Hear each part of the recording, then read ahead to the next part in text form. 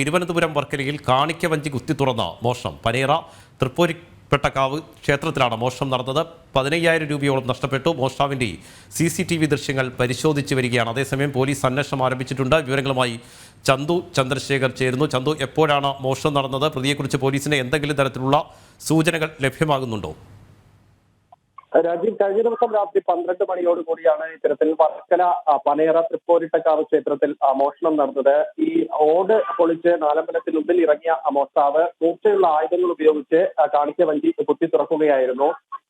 ക്ഷേത്രത്തിന് ഉള്ളിലുണ്ടായിരുന്ന, അതായത് പ്രധാന പ്രതിഷ്ഠയ്ക്ക് മുന്നിലുണ്ടായിരുന്ന 2 കാണിക്കവഞ്ചികൾ ഈ ആയുധം ഉപയോഗിച്ച് കുത്തി തുറന്ന് അതിൽ നിന്നുണ്ടായിരുന്ന പണം മോഷ്ടിച്ചിട്ടുണ്ട്. ഇത് കൂടാതെ നാഗന്റെ പ്രതിഷ്ഠയ്ക്ക് മുന്നിലുണ്ടായിരുന്ന കാണിക്കവഞ്ചിയും തകർത്ത് അതിൽ നിന്നുണ്ടായിരുന്ന പണവും മോഷ്ടിച്ചിട്ടുണ്ട്. എന്തായാലും ക്ഷേത്രത്തിൽ സ്ഥാപിച്ചിട്ടുള്ള CCTV-യിൽ മോഷ്ടാവിന്റെ ദൃശ്യങ്ങൾ പതിയിട്ടുണ്ട്. ഇത് വെച്ച് പോലീസ് ഇപ്പോൾ അന്വേഷണം ആരംഭിച്ചിട്ടുണ്ട്. അയരൂർ പോലീസാണ് അന്വേഷണം ആരംഭിച്ചിട്ടുള്ളത്.